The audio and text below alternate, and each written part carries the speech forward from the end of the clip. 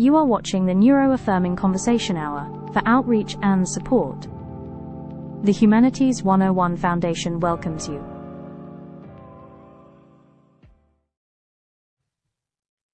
Hello, Nacho Knots, and welcome back to Nachos, the Neuro-Affirming Conversation Hour for outreach and support.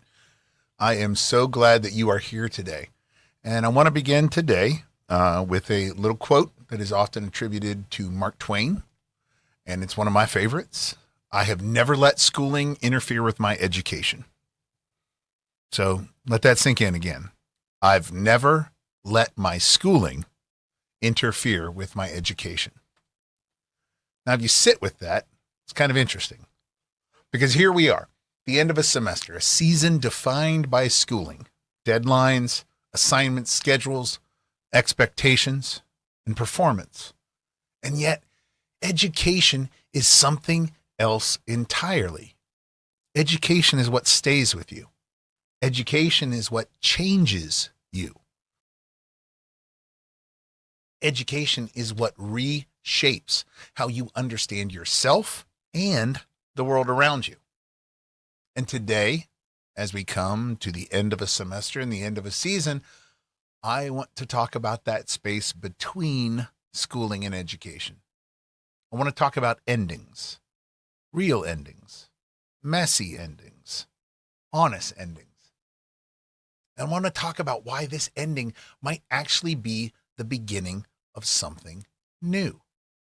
So wherever you are right now, I want to ground us for a moment, just a moment.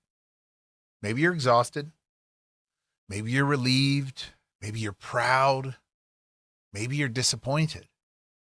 Maybe you're numb.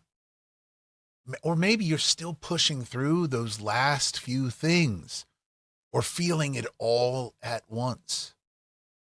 And if that's you, I want to say this clearly. You made it here, and that matters. Because the end of a semester is not just a finish line. Especially for neurodivergent minds, it's a disruption in rhythm, a change in structure, a loss of predictability, a release of pressure, yes, but also a shift in identity. And even when we are ready for an end, transition is still transition. And transition always asks something from us. There's a kind of exhaustion that lives at the end of a semester or the end of a season. Not always dramatic, not always visible. Sometimes it looks like brain fog. Sometimes it looks like procrastination. Sometimes shutting down. Sometimes it looks like crying over something small because your system has reached capacity. Sometimes it looks like not being able to rest even when you finally can. And one of the hardest parts? Well, that may be that other people may assume you should feel only relief. But your system might be saying something entirely different. It might be asking, can I feel this? Now can I feel how much effort that took? Now can I feel how tired I really am? Now am I allowed to rest? If that's where you are, hear this now. Your exhaustion is not failure. Your need for recovery is not laziness. Your struggle to transition does not mean you did something wrong. It means you've been carrying something, and now your body is asking you to put it down. So let's bring in that PB&J for a moment. Predictability, balance, and joy. At the end of a semester, all three get shaken. Predictability shifts because your structure changes. Balance gets thrown off because you're depleted and still expected to make decisions about what comes next. And joy? Well, at times like this, joy can feel distant. Not because it's gone, but because you're too tired to access it. And that's why moments like these can feel strange. You're leaving one structure before the next one has fully arrived or formed or come into focus. And that in-between space, that's where we are uncomfortable. That's where we feel unease. And we feel like we're losing something. But those moments can also be powerful because the end of the semester is not just a finish line. It's a mirror. It's where we get to ask what actually happened to me this semester. Not just what did I complete, what did I turn in, what grades did I get, but what sustained me, what drained me. Where did I feel supported? Where did I feel like I was surviving instead of learning? What helped me grow? What made things harder than they needed to be simply for no other reason than they wanted them to be that way? Because sometimes that is education. And that kind of learning does not show up in a grade book. It shows up in awareness. It shows up in who you are. Some of you are ending this semester proudly. Some of you are ending it with disappointment. And some of you are just relieved to be done. And yet there are still others that are grieving some idea or some version of the semester that you'd hoped for. And all of those are real. You don't have to rewrite your experience to make it look successful. You don't have to call it your best semester ever for it to have mattered. Sometimes the most honest ending sounds like this. This was hard. I am tired. I learned some things. I struggled with some things. I grew in ways I did not expect. I did not do this perfectly, but I am still here. I am still here. And it's not the end of your story. That's the beginning of understanding. Before you rush into judgment, I want to offer you something different. Instead of evaluation, try observation. Instead of what is wrong with me, try what did I notice? I noticed that structure helped me. I noticed that unclear expectations make things harder. I noticed that rest mattered more than I gave it credit for. I noticed that shame didn't have to help me perform better or panic or anxiety. I noticed that when I felt supported, I could do more than I thought.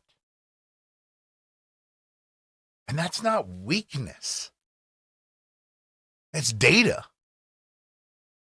And for us neurodivergent people especially, that kind of data changes everything. Because so often we've been taught to interpret struggles as deficit when it's actually just a mismatch. A mismatch is not a personal failure. It's information. Information about design, information about systems, information about what helps you thrive. And that's something you can carry forward because this is where that shift happens. The end of the semester or a season is not just an ending, it's a beginning. Not always a loud beginning. Sometimes it's just a realization. Something like, I cannot keep doing things like this. I need more predictability. I need more recovery time. I need clearer expectations. I need better boundaries. I need to hold those boundaries. I need systems that include my humanity. All of those things. That is a beginning. And maybe the biggest shift is this. And I hope each one of you take this away with you. You're more than your output. You are more than your output. At the end of a semester, identity can feel strange because for months you've known your role, your schedules, your expectations, and then suddenly, who am I? When all the urgency stops, when the plate stops spinning, when you have a chance to breathe. And that question can feel unsettling, scary even. but it can also be so very freeing. Because maybe you are more than deadlines. Maybe you are more than the grade. Maybe you are more than the pressure you were under. Maybe this is your chance to reconnect with yourself outside of performance. What restores you? What brings you back to yourself? What kind of life do you want to build that includes you, not just your productivity? And for some of you out there, there's grief here too.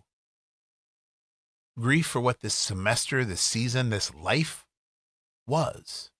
Grief for what it was not. Grief for people, routines, or moments that mattered. Even good endings can carry grief. You can be relieved and sad. You can be both proud and uncertain. You can be finished and still emotional. It's not confusion. It's not lack of clarity. It's being human. So today I want to offer you permission. Permission to end this season honestly. Permission to rest without earning it through perfection or performance. Permission to reflect without turning that reflection into self-criticism or self-loathing. Permission to carry forward what helped and leave behind what harmed. Permission to stop.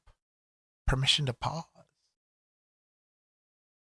And before we close this chapter together, I want to share something important about what comes next for us as a community.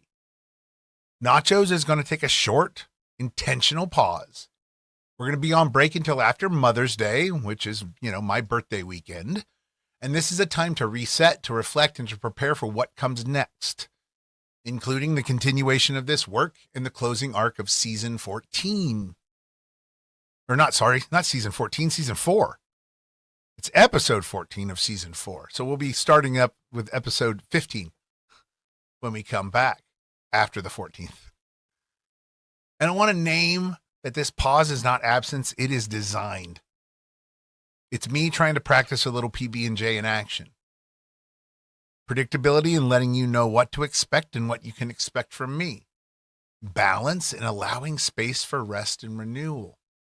Enjoy in making sure that that what we create in this space together continues to feel meaningful and sustainable. And that means sometimes stepping away, taking a breath, coming back with fresh eyes. During this time, I'll be doing a different kind of work. I'm going to be writing, speaking, continuing to build neuro-affirming spaces in classrooms, community, and organizations throughout the summer, not just the next couple weeks. So I'm going to be out there doing the outreach that this work calls for. And if this space has meant anything to you, if it's meant something to you, if these conversations have supported you in some way, please stay connected. Follow along, share this work with others, or if you can, support through a donation if it's available. Every bit of support helps sustain this work and expand its reach. But most importantly, take this time for yourself as well. Let this be not just a pause for the podcast, but a pause for you. And I also want to make sure that you have clarity and support as we move into the next stretch. Even though we're taking this short break, and those of you who are students have a final project that's due on May 1st, I want you to know that you are not on your own with that. If you need support, I am here. I'm happy to meet with you on Google Meet. I'm happy to connect on campus, or I'm happy to communicate in whatever way helps you move forward. If you're stuck, reach out. If you're unsure where to begin, reach out. If you just need someone to talk through your idea, reach out. You don't have to figure out everything by yourself. Asking for help is proof of strength and intelligence.